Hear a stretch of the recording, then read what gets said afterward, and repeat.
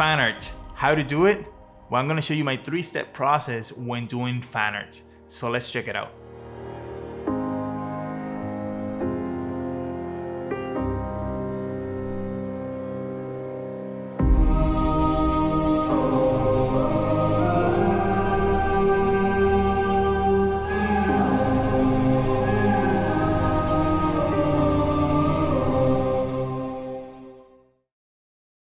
Hello YouTube, my name is Jose Vega if you're meeting for the first time, and in this episode I like to share my process as a professional artist, from tutorials, time lapses, tips and tricks that I find along the way to help you grow as an artist.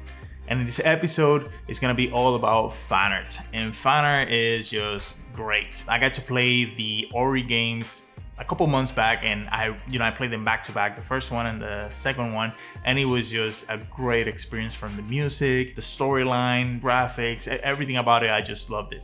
It was one of those cases where I just had to do some fan art, right?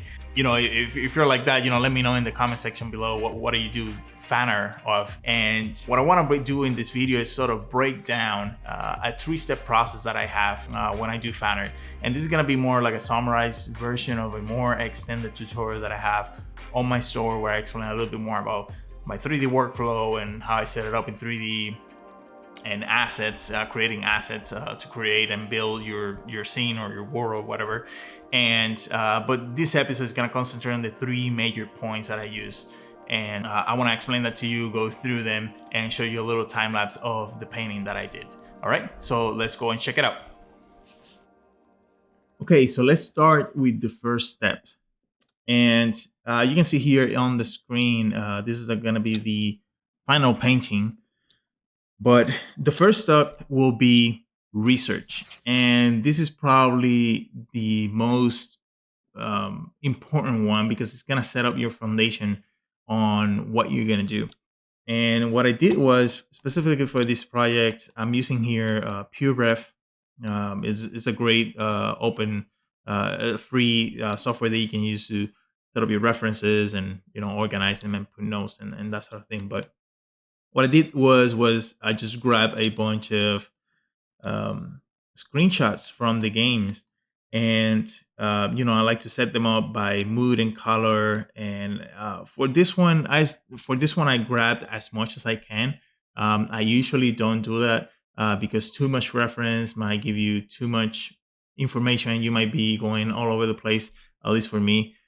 So normally I like to just keep it very simple in terms of my reference, and keep it as minimal as possible. But in this one, I actually wanted to get as much information as I could, because I wanted to do something that would look like it was going to be in the game or is part of the game.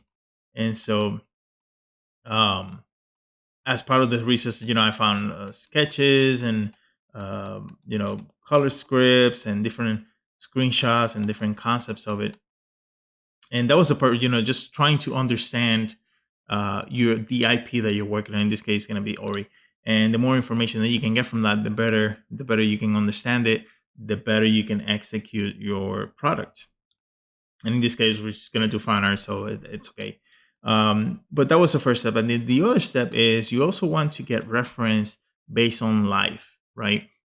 So it's great to find reference on artwork and other artists, but I think it's even more crucial to find reference from life, because we're used to it. And if you only reference art from artists, they reference either other artists or live, so you're getting sort of like a filtered down version of it. And so I think it's always great to have some sort of real life reference and inspiration that will help you guide you through it. And so that was the other part of this section that I did, was to find some really cool. I found these really cool aquariums type of environments that I thought will fit perfectly for the game. And so I grabbed a bunch of pictures, everything that I could find, and everything that could be related to what I wanted to do. And I put it all, I organized it.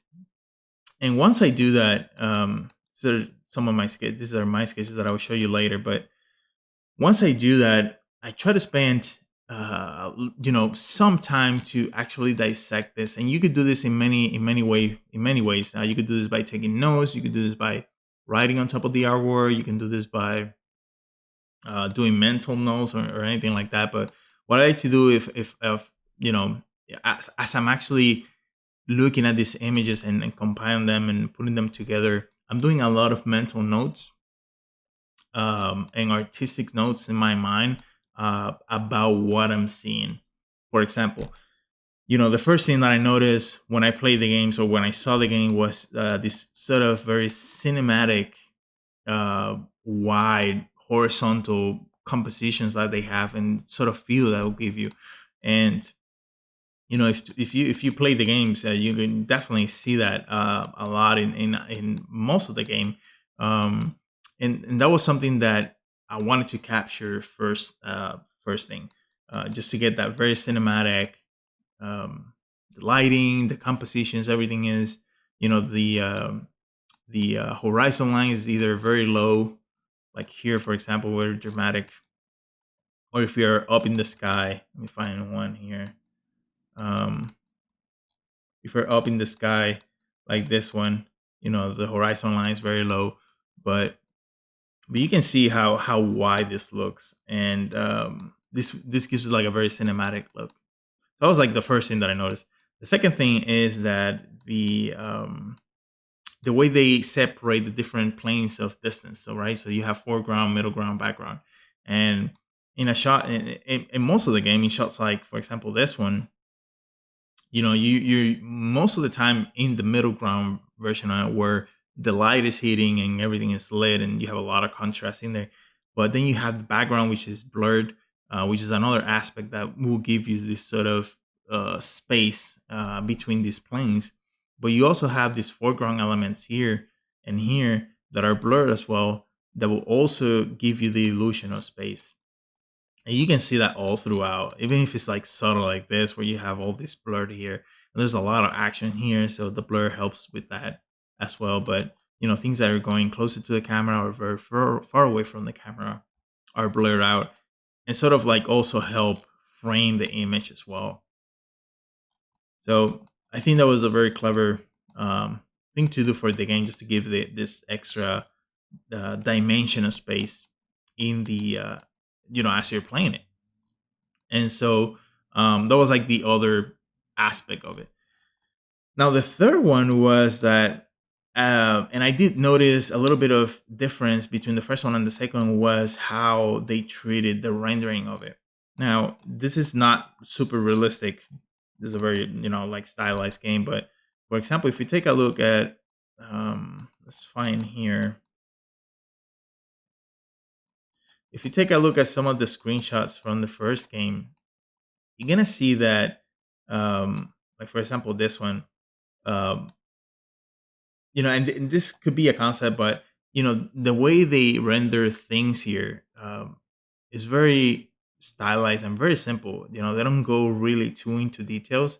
I think you get a lot of information from this game from the lighting and the mood, which I think is crucial for the game.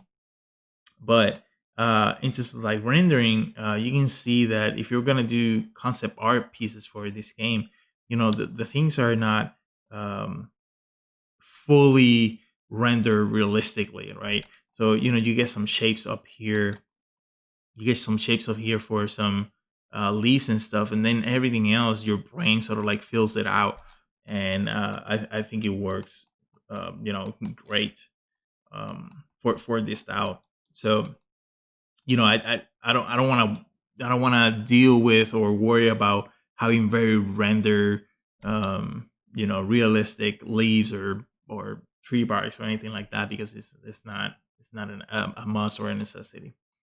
So these are the mental notes that I put on, and I start thinking about that as I'm gathering all this reference, and then when I look at my real life reference, I'm thinking, how can I incorporate this and the shapes and the lighting and the compositions into the product that I'm gonna be creating, right? So this is all inside what research is like, right? So I'm researching about the IP. I'm trying to understand how they did it. and I'm looking at the artwork and I'm like, okay, they did this way or that way, or how can I do it to look that way? And that's part of my research, and I do that a lot mentally all the time when I'm looking at artwork, just because I'm trying to figure out how how great stuff like this gets done, so I can make it, or so I can at least try to make it. So so that's part of the research. First step, research. Now, the second one is exploration. And exploration, I'm going to show you here some of the explorations that I did. And this is sort of like the prep work, actually hands on type of thing that I do, just to kind of get in the mindset of the project that I'm working on. And, in this case, it's already, but, you know, uh, I do a bunch of little sketches, and depending on how familiar I am with the style and the IP, I do. I don't have to do as much, but this is a very realistic, and it was, to me, it was more new than anything else. I'm used to uh, more on the realistic side of things, but I wanted to see if I could capture the essence of some of these screenshots that I got, and and that's what I did. First I tried to do a bunch of little sketches of playing with shapes and trying to understand how I could simplify things and how can I use them for my pieces that I was gonna end up doing. And even if it's little things like little shapes for like plants and stuff like that, I think this is all useful because it sort of like warms you up to the project, and it helps you at the end to sort of incorporate everything together and all that. But that's what I did. I did a bunch of sketches. I did this page, and then I did a bunch of thumbnails, and just to kind of play with the aspects that I realized from looking at these screenshots. Having that foreground blur and the background blur, and having that light in the middle ground, and trying to composite everything in a simple way. And this is actually the fun part, because nothing is wrong here. Even if you don't end up with any of these, you can still learn something from these. And as you saw, if we look at the final image, like this final image does not look like anything of the uh any of the sketches. Like, there's some aspects on some of these, but um I didn't end up with any of these for my actual final piece. And that's okay, because one is fan art. It's supposed to be fun. You don't want to be too strict about it, but also you have to be open-minded in your process to be able to change things, and evolve, and making better decisions, and all that.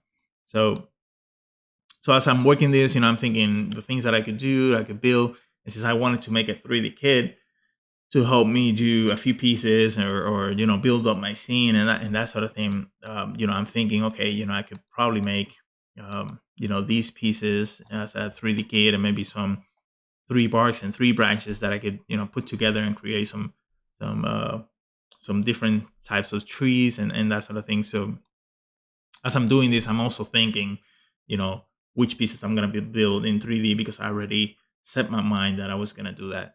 And so these are the three sort of like more developed sketches that I end up with. And um, I'm playing with the lighting. On the first one, I saw like this more like a beach type of feel to it. It's gonna be pretty bright sand, really teal turquoise waters, and that it was gonna be a little bit more happy and peaceful. And the second one was gonna be more, sad and melancholic. And I think this was when because I was actually playing the games as I was doing this. So I think this was when, and no spoilers, when something sad happened, and that sort of reflected on the artwork. And also this was going to be a little bit more adventurous when you find something, and it takes you to a different place, and more adventurous type of thing. But yeah, so exploration. And yeah, so this is the second step. So first step, research.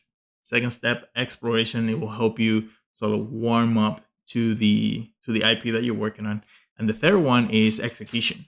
And this one is when you actually put everything together. If you're gonna do 3D assets, that's when you do it. The actual final painting. And what I want to show you guys is actually the full time lapse of this painting um, from start to finish. So I'll take it from the render that I got from 3D to the final painting that you see right here. So let's check that painting out, and I'll see you guys at the end.